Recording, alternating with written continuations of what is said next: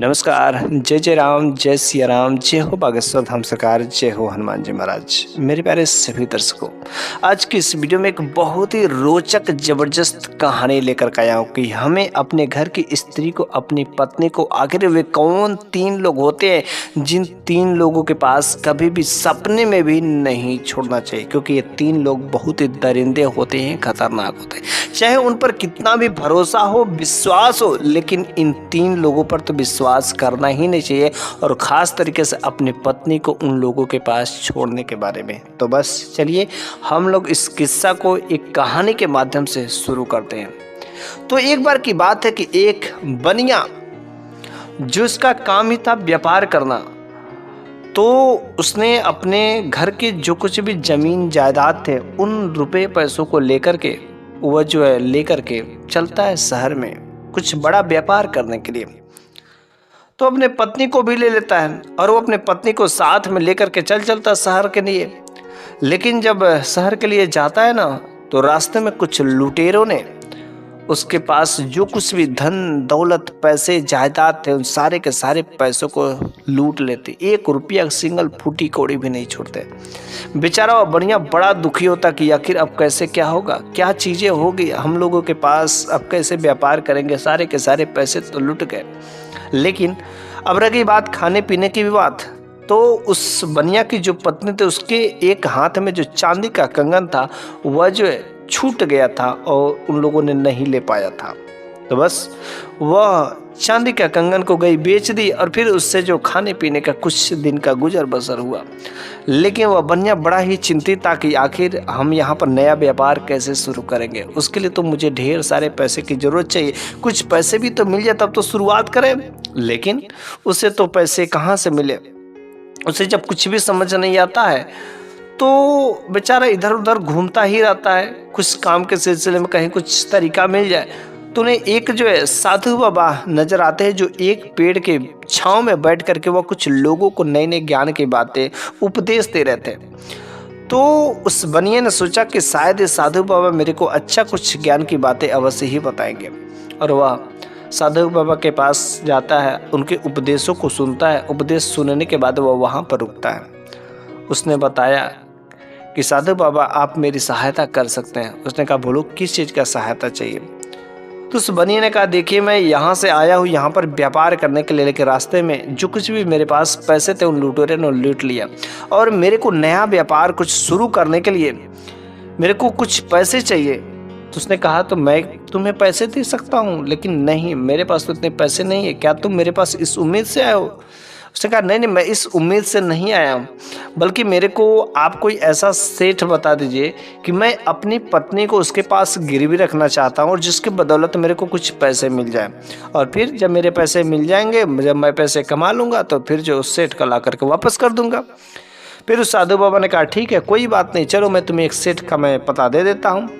और वह सेठ का पता दे दिए, और वह बनिया उस सेठ के पास गया और सेठ से कहा कि देखो सेठ, मैं अपनी पत्नी को आपके पास कुछ समय के लिए गिरवी रखना चाहता हूँ, और उसके बदले आप मेरे को कुछ पैसे दे दीजिए ताकि मैं अपना नया कारोबार, नया व्यापार शुरू कर सकूँ। सेठ ने कहा ठीक है, जितना पैसे चाहिए बोलो कितना पैसे चाहिए। उसने कुछ बोला मेरे को इतना पैसे चाहिए, और वो अपनी पत्नी को वहाँ पर गिरवी रख करके चल जाता है। और जब गिरवी रख के चल जाता तो उसकी पत्नी को देख करके सेठ की नीयत खराब हो जाती है।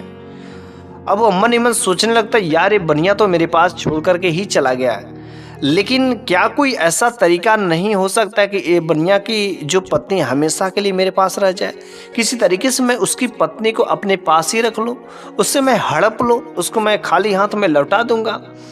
वह मन ही मन उपाय सोचने लगा। तो उस सेठ के दिमाग में एक विचार आता है कि हाँ चलो एक काम कर देते हैं कि जब वह बनिया जो अपने पैसे लेकर के आएगा मेरा चुकता करने, तो मैं उससे कह दूंगा कि तुम्हारी पत्नी जो है मर गई है, और मैं उसकी पत्नी को वापस ही नहीं करूँगा, और जब वो ऐसा बोल देंगे तो वह वापस चला जाएगा। यही जो उसके दिमाग में विचार आता, और हर दिन जो है उस बनिया की पत्नी को एक एक प्रकार के नए नए चारे फेंकता ताकि जिससे वो उसकी बातों में आ जाए। लेकिन जो बनिया की पत्नी थी ना, बड़ी संस्कारी थी, बड़ी जो है चरित्रवान थी। वह बनिया का जो पत्नी ने एक बार भी कभी उस सेठ पर कोई घास नहीं डाले, बल्कि उसके घर के जो कुछ भी काम काज थे वह काम काज करते थे। और जब ये बात पता चले कि अब लग रहा है कि 5 महीने 6 महीने समय हो गए तो हो सकता है वह बनिया आ सकता है, इसलिए उस सेठ ने उस बनिया की पत्नी को दूसरे घर में प्रवेश वहाँ पर शिफ्ट कर दिया, ताकि वहाँ पर वो जाएगा नहीं, जाने का नहीं, तो उसको छुपा करके रख दिया। इधर 6 महीने 7 महीने उस बनिया ने अपनी पत्नी को गिरवी रख करके जो पैसे पाए थे ना, उस पैसे से क्या करता कि किसानों को अनाजों को खरीदता और फिर जो उन जरूरतमंदों को ले जा करके वो ऊंचे दामों में बेचता, जिसकी वजह से कम ही समय में वो अच्छे खासे मुनाफे के हकदार हो गया। उसके पास इतने पैसे हो गए कि हाँ, अब उस पैसे से मैं अपनी पत्नी को छुड़ा सकता हूँ। और बस वह बनिया उन पैसों को लेकर के सेठ के पास जाता है, कहता कि सेठ जी, आपने मेरे ऊपर बहुत ही परोपकार किया है, अब मेरे पास पैसे पर्याप्त हो चुके हैं और आपके जो भी ब्याज सहित पैसे आप बताइए और मेरी पत्नी को मेरे को सौंप दीजिए। उस बनिया ने मगरमच्छ के आंसू बहाने शुरू कर दिया और जैसे मगरमच्छ के आंसू शुरू कर दिया तो वो बनिया बड़ा हैरान हुआ। कहा, सेठ जी आप क्यों रो रहे हैं, आपके आंखें कैसे इतनी नर्वस हो गई, कितने दुखी हो गए। उसने कहा, बनिया भाई मैं तुमको क्या बताऊं, जब तुमको छोड़ करके चले गए ना तो 1 महीने तो तुम्हारी पत्नी बिल्कुल स्वस्थ थी, किसी प्रकार की कोई दिक्कतें नहीं थी, लेकिन 1 महीने बाद उसका तबीयत दिन पर दिन बिगड़ता गया, खराब होते गए। मैं दवाइयाँ भी कराया लेकिन कोई भी दवा कारगर नहीं हुई। फिर आखिरकार 3 महीने हो गए तुम्हारी पत्नी को मरे हुए। मुझे बहुत ही माफ़ कर देना मेरे दोस्त, मेरे भाई, मैं तुम्हारी पत्नी को सुरक्षित रख नहीं सका और मैं अब तुम्हारी पत्नी को वापस नहीं कर सकता। बेचारा बनिया भी बड़ा ही दुखी हुआ। उसने कहा, सेठ जी चाहे जो कुछ भी है, अगर वह मेरे पास भी रहती तो अगर उसका अंतिम समय आ गया था तो वो तो जा छोड़ करके चले ही जाते, जिसको मरना था वो तो मर ही जाएगा, लेकिन आपके जो भी पैसे हों आप अपने पैसे ले लीजिए। और सेठ मना किया कि नहीं, मुझे तुम्हारे पैसे नहीं चाहिए, जब मैं तुम्हारी अमानत में वापस नहीं कर सका तो मैं किस चीज़ का पैसे। तो बनिया ने कहा, नहीं आप ले लीजिए, मैं किसी का कर्ज नहीं ले सकता, उसको तो जाना था तो चली गई, लेकिन मैं आपका कर्जदार कभी नहीं हो सकता। उस सेठ को बार बार बनिया ने पैसे देने की कोशिश किया, लेकिन सेठ बार बार मना करता रहा। बेचारा वह बनिया बड़ा ही दुखी हुआ, बड़ा मायूस हो करके जा रहा था। तब तक उसे याद आ जाती कि शायद साधु बाबा के पास चलते हैं, वही कुछ बताएंगे। वो साधु बाबा के पास चलता है तो फिर साधु बाबा वही पेड़ की छांव में बैठ करके लोगों को ज्ञान की बातें उपदेश दे रहे थे। और जब वहाँ पर जाता है, उपदेश देना समाप्त होता है, फिर साधु बाबा ने बनिए को पहचान लिया। उसने कहा, बोलो तुम्हारा काम धंधा कैसा चला, क्या बात है, तुम आज थोड़े से मायूस दुखी दिख रहे हो।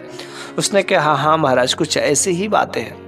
असल बात है कि आपके कहने पर मैंने जो है अपनी पत्नी को सेठ के यहाँ जो है गिरवी रखा था, लेकिन आज मैं उसका पैसा देने गया तो उसने कहा कि मेरी पत्नी मर गई है, मेरी पत्नी इस दुनिया को छोड़ करके चल गई है और मैं तुम्हारी पत्नी नहीं दे सकता।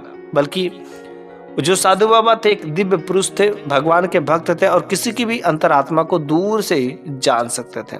बस उन्हें अंतर ध्यान किया और सेठ की नीयत को समझ गया। साधु बाबा ने कहा कि देखो तुम्हारी पत्नी मरी नहीं है, बल्कि वह सेठ जो है ना तुम्हारी पत्नी को छुपा करके रखा है और उसका नीयत खराब हो गया, तुम्हारी पत्नी को हासिल करना चाहता है। उसने कहा, अच्छा ऐसी बात है। तो सेठ के पास तो बनिया की जो पत्नी थी उसको लेकर के बेचारा ऑलरेडी चिंतित था। तो फिर उस बनिया ने साधु बाबा से कहा, तो बताइए बाबा आखिर मैं क्या करूं, जब उसने मना कर दिया था। उसने कहा, जाओ इस नगर का जो राजा, मैंने सुना है कि बहुत अच्छा न्याय करता है और वो तुम्हारा अवश्य जो है न्याय दिलाएगा।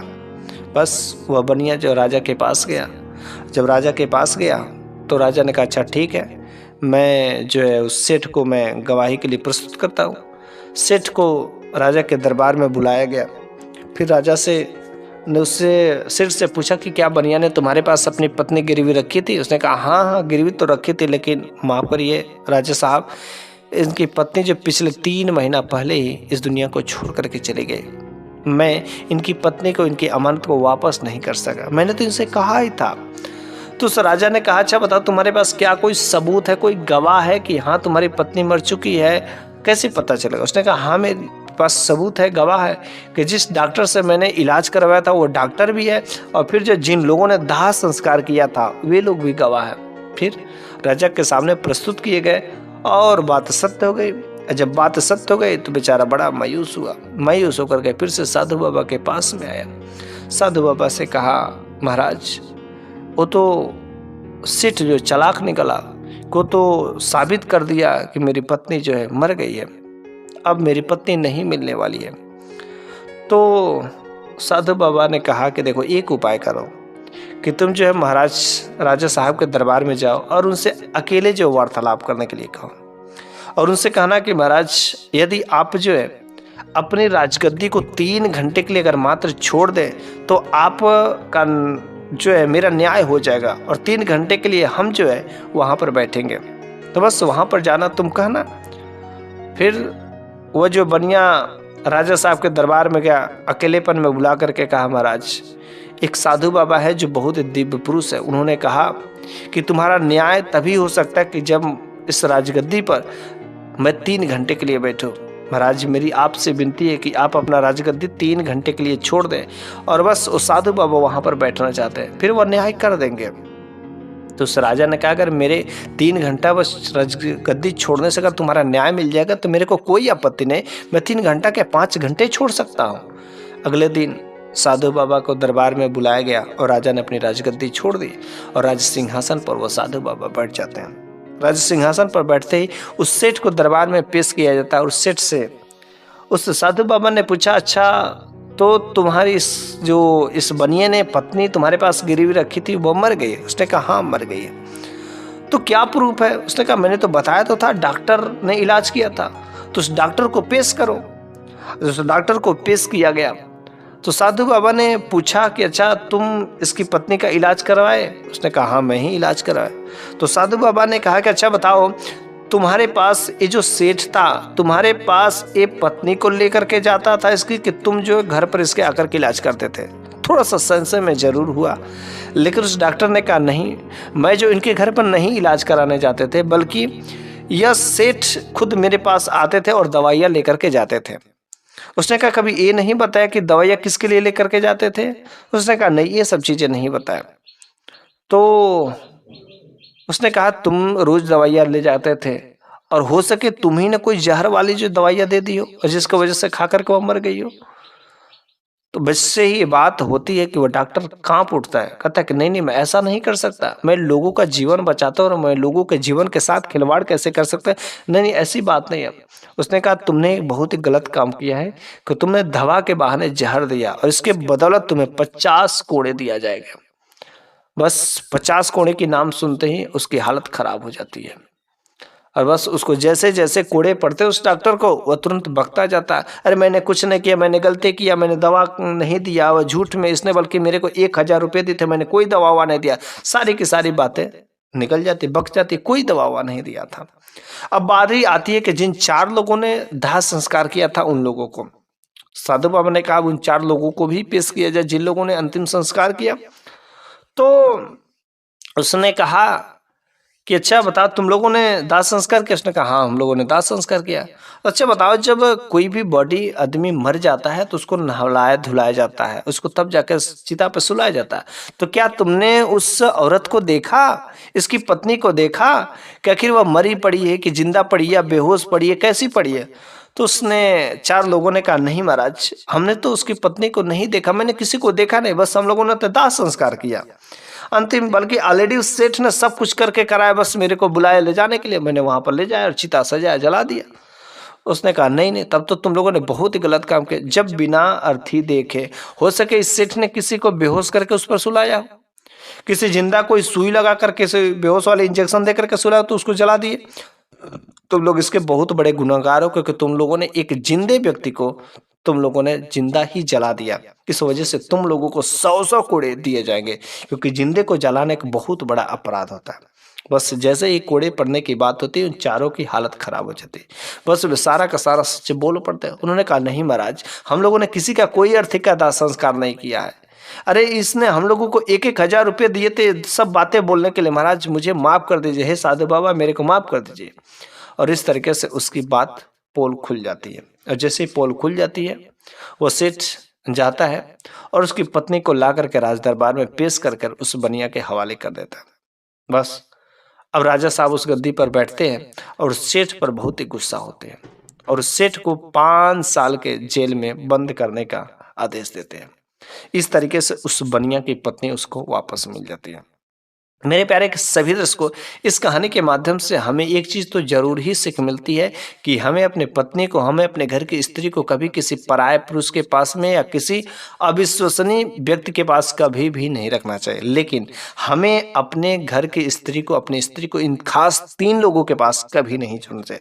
वे कौन से 3 लोग होते हैं? पहला, कि हमारी अगर पत्नी अगर बीमारी में हो, बीमार पत्नी है, अगर उसकी स्थिति सही नहीं, तो बीमारी की हालत में कभी भी अपनी पत्नी को अकेला नहीं छोड़ना चाहिए। अगर इस स्थिति में अकेला छोड़ते या कहीं पर भी छोड़ देते हैं तो ऐसा बिल्कुल ही गलत होता है, क्योंकि विवाह जब होता है तो उस समय वचन लिया जाता है कि हम दोनों हमेशा जीवन भर साथ देंगे। ठीक है, तो आप जो उस समय विषम परिस्थिति में अपने पत्नी को छोड़ करके नहीं जा सकते। दूसरा नंबर की बात है कि हमें अपने पत्नी का साथ उस समय नहीं छोड़ना चाहिए कि जब जो है आपकी पत्नी पर कोई अगर झूठा लांछन लगाता है, कोई आपकी पत्नी को गलत कुछ कहता है, उस समय आपकी पत्नी बेचारी अकेली हो जाती है, उस समय आपको अपने पति का साथ देना चाहिए। तीसरा नंबर की बात है, अपने पत्नी को कभी भी किसी पराये पुरुष के पास में, पराये मर्दों के पास में कभी नहीं छोड़ के जाना चाहिए। तो इस तरीके से इन 3 बातें जो हम सभी को अपने मन में गांठ बांध करके रख लेनी चाहिए कि हमें पत्नी के साथ किस तरीके से व्यवहार करना चाहिए, किस तरीके से पत्नी हमारे साथ में हमेशा रहेगी। तो अगर आप ऐसा काम करते हैं तो आपकी पत्नी हमेशा आपसे खुश रहेगी और आपका जीवन भर मरते दम तक आपका साथ देगी। मेरे प्यारे सभी दर्शकों, आज की इस कहानी में बस इतना ही। अगले वीडियो में मैं फिर से कुछ ऐसी ही नई जबरदस्त ज्ञानवर्धक कहानियां लेकर के अवश्य ही आऊँगा। तब तक के लिए धन्यवाद।